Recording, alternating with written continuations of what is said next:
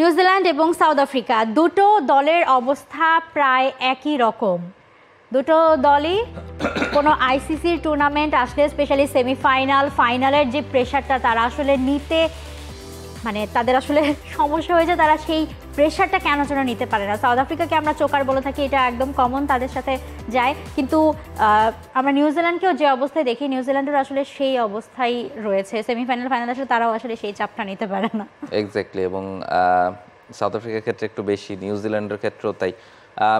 তারপরও আসলে এই দুইটা দল আসলে এবারে চ্যাম্পিয়ন্স ট্রফিতে যেভাবে খেলেছে, তারা আসলে তাদের কেউ ইন্ডিয়াকে বলা হচ্ছিল যে যেই আসুক খুব ডিফিকাল্ট তাদের জন্য চ্যাম্পিয়ন হওয়া।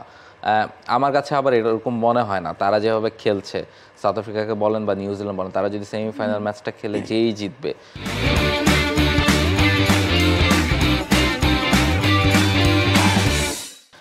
আমার কাছে মনে হয় যে ভালো একটা ফাইনাল হবে অন্তত। এবার তো আপনি শিওর যে আপনি দুবাই ফাইনালটা খেলছেন, এটাও একটা বড় মানে প্ল্যানিংয়ের ক্ষেত্রে একটা বড় রিলিফ। আপনি সেমিফাইনালটা জিতলে আপনি জানেন যে আপনি দুবাই খেলছেন, সেভাবে আপনি প্ল্যানিংটা করবেন, ফলে সেই জায়গাটা থেকে একটা বেটার ফাইনাল হবে বলে আমার মনে হয়। তবে আপাতত যদি সেমিফাইনালের কথা চিন্তা করি, যে সেমিফাইনালে সাউথ আফ্রিকা এবং নিউজিল্যান্ড তারা দুই দলই আসলে নিজেদের সেরা প্রস্তুতিটাই এখন পর্যন্ত নিচ্ছে, সেরকম কিছু ছবিও আমরা দেখেছি।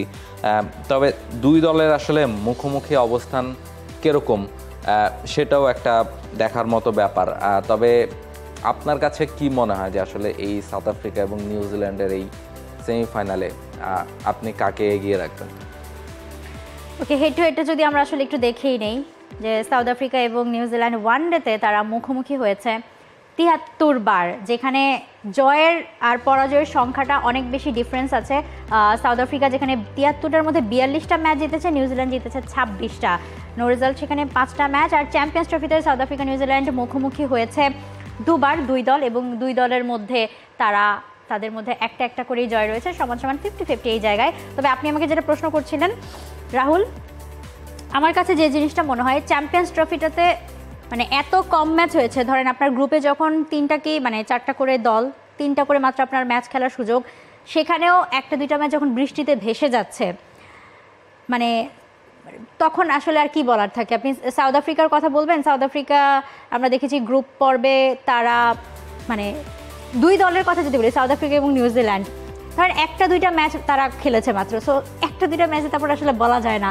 এখন ধরেন ম্যাচের পরিমাণ সংখ্যা যদি আরেকটু বেশি হতো তাহলে বলতে পারতো ওকে 4টা ম্যাচ তো জিতেছে বা 5টা ম্যাচ তো জিতেছে, সো আপার হ্যান্ডে অমুক দল আছে। এখন ম্যাচ সমীকরণই যখন আপনার 1-2 ম্যাচের, তখন আসলে বলা যায় না। আর সেমিফাইনালের চাপ, দুই দল হয়তো বা দুই দিক থেকে একটু রিলিফে থাকবে, আচ্ছা আমরা চাপে থাকলে ওরাও চাপে আছে। তবে নিউজিল্যান্ড আমার কাছে মনে হয় যে তারা পাকিস্তানের বিপক্ষে প্রথম ম্যাচটা খেলেছে, সেটাতে বেশ ভালোই চাপ ছিল পাকিস্তানের মাটিতে। নিউজিল্যান্ড ট্রাই নেশন সিরিজ থেকে বেশ ভালো ফর্মে, এবং ট্রাই নেশন সিরিজটাও তারা পাকিস্তানকে খুব কনভিন্সিংলি হারিয়েছে, কিন্তু লাস্ট ম্যাচটা ইন্ডিয়ার কাছে যেভাবে হেরেছে তখন আমার কাছে আসলে মনে হয়েছে যে একটুখানি মেন্টালি বা হয়তো বা ব্যাকফুটে নিউজিল্যান্ড চলে গেছে। এক্স্যাক্টলি, এবং সেই জায়গাতে ইন্ডিয়া তো খানিকটা এগিয়ে থাকবে, সেটা আমরা বারবারই বলছি। তবে এই সেমিফাইনালে আমার কাছে মনে হয় যে নিউজিল্যান্ডই খানিকটা এগিয়ে থাকবে, কারণ তারা ওই যেটা আমরা আগেও বলছিলাম যে আগে থেকে তারা ট্রাই নেশন খেলে তারপরে এসেছেন, ফলে সেমিফাইনালে কে জিতবে সেটা দেখতে হলে তো নিশ্চয়ই আপনাকে। দুই দলের লাস্ট যে ম্যাচ ছিল সাউথ আফ্রিকা এবং নিউজিল্যান্ড, মানে ট্রাই নেশন সিরিজে তারা মুখোমুখি হয়েছিল, সেখানে সাউথ আফ্রিকা ৩০৪ রানকে চেস করে নিউজিল্যান্ড জিতেছিল, তো সেইটা থেকে নিউজিল্যান্ড আসলে হয়তো বুস্ট আপ হতে পারে। এক্স্যাক্টলি, সেমিফাইনালে কি হবে সেটাও দেখতে আপনাকে টি স্পোর্টসের চোখ রাখতে হবে। For more updates, subscribe to our YouTube channel and click on the bell icon.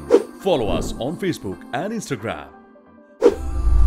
Download T-Sports app to enjoy exciting games and highlights. Visit tsports.com.